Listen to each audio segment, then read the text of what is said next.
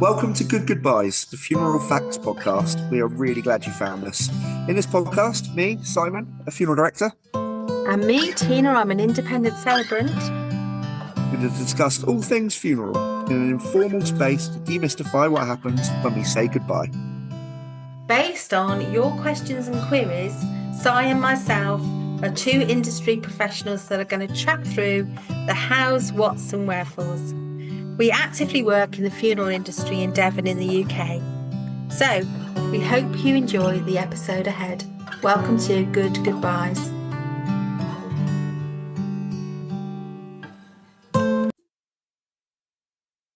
Hello, welcome to Good Goodbyes. This is Tina.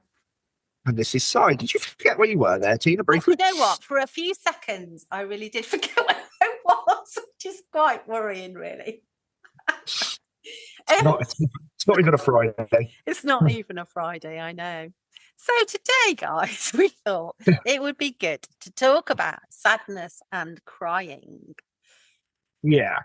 And that might sound like something that doesn't need saying, but we find generally across the industry, something that's not spoken about enough.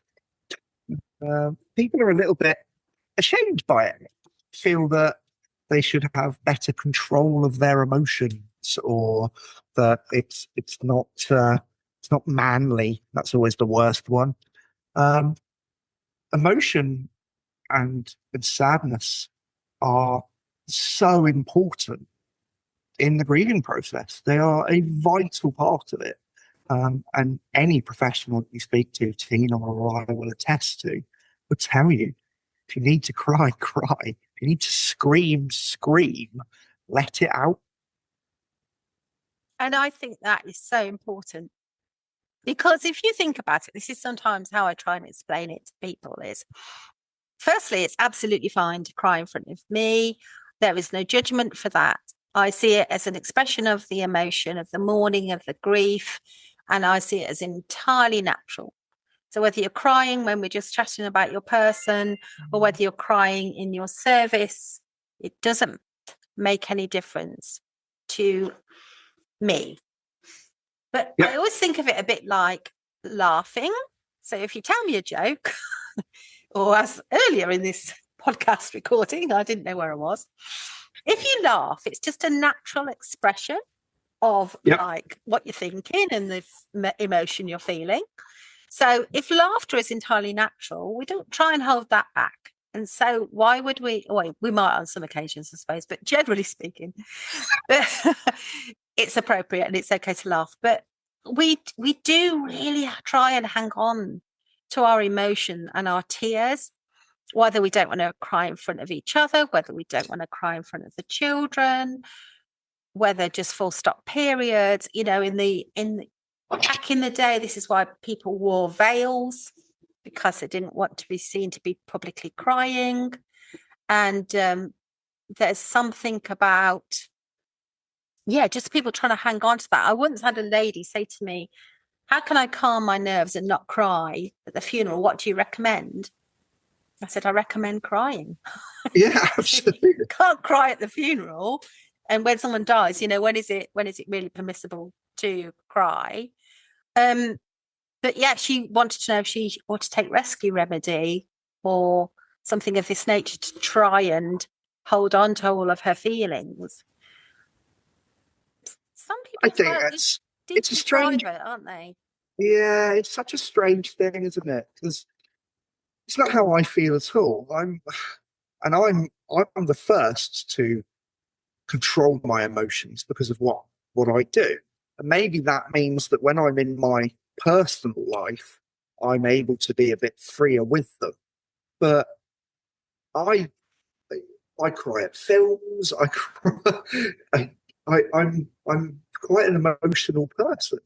I wouldn't have any qualms in crying at something that I found sad, that's something that distressed me. And it's strange for people to feel that they can't. It really is. And there's a whole kind of emotional gambit out there, isn't there? There's something I will do a bit of, like, leave it in the show notes, but there's an interesting piece from Marie Curie, and it's about emotional numbness. And there are some people that they just go to that emotionally numb place, and people say to them, oh, you know, you can cry, it's okay to cry. And they go, well, I would if I could. You know, I just can't seem to cry. It just doesn't come. And, you know, that's a grief reaction. That's an entirely normal grief reaction, but it's unusual. So if that carried on for quite a bit of time and you didn't find yourself expressing your grief, then you might need a bit of support around that. And everyone was telling me how strong I was another thing you might hear. And as if, you know, by crying and being upset, you're not being strong, but both things can coexist together. Yeah, absolutely. It's such a funny thing to have to talk about, isn't it? Because you feel for people that are so overwhelmed, so taken back by their grief and by their emotion, and can't get through the day without crying at, oh, I put 2 cups on the side when I went to make a cup of tea. Well, it's not an unreasonable thing to do. Yeah. And then the flip side of it is, it's also the people, like you said, that cannot get that out, cannot allow themselves to process it, because it will hit. It is going to happen, and it's so hard because it's better now, surely, but you've got no control over it. So yeah, it's such a difficult thing. Yeah, such a difficult thing. It is a difficult thing. Sometimes people have a lot of anger, and that means they don't, you know, at a death, maybe it was unexpected, maybe they felt it wasn't handled very well. Whatever they feel can mean that feeling is more dominant than their ability to just let out their tears, really. But yeah, and it's funny, isn't it? Because you read online 5 stages of grief, or the 7 stages of grief, or whatever it might be, and within that, you've got your denial, your anger, acceptance, depression, all the ones that you kind of regulate. Well, I think because it's such a almost spectrum, I think there's so many blurred lines within it. I think however you process it, however you kind of get through it, just allow yourself to do that. Don't stop, like you said, don't stop yourself from crying.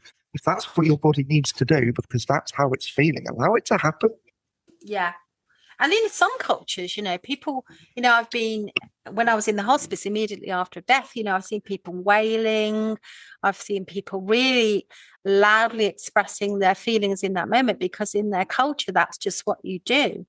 You know, it comes out of you in that way. And that is absolutely normal for that culture, and not in the least unusual. And I remember one family who were doing that. We tried to find them a personal, private space away from everyone else, because people were quite worried about what was happening with the volume of distress that they were displaying. But in some ways, that was helpful to them. And I suppose, you know, we're in the UK here recording this, and I think in some places, you know, that's just not the done thing. There's a politeness to that, as you said earlier. Yeah, which is sad, really, isn't it? If that's what you need to do, then that's what you need to do. It shouldn't be any more complicated than that, really. So I think maybe ending where we began, which is you're never going to upset your funeral director or your celebrant or minister if you are upset when you're with them. Yeah, that is absolutely right. Absolutely right. And don't worry if nobody else cries. It's just not their grief. People could be at a completely different stage. Could have been crying at home the night before in absolute anguish at the fact that the funeral was coming. You just never know. So be kind to each other, because you don't know where people are in that process, that journey. And it's not a straight line of a journey either. I think that's a perfect place to end, Si. Thank you. Thanks for joining us, everybody. We'll catch you at the next one. Take care. Bye. You've been listening to Good Goobyes, the Funeral Facts podcast. Please do like, subscribe, comment and share. drop any questions on our social media, on Instagram, or in the text option in the show notes. Si and I are qualified professionals, but we always advise our clients to seek any additional support from medical practitioners if they need to. And we hope you enjoyed this episode. Stay well and be kind to one another.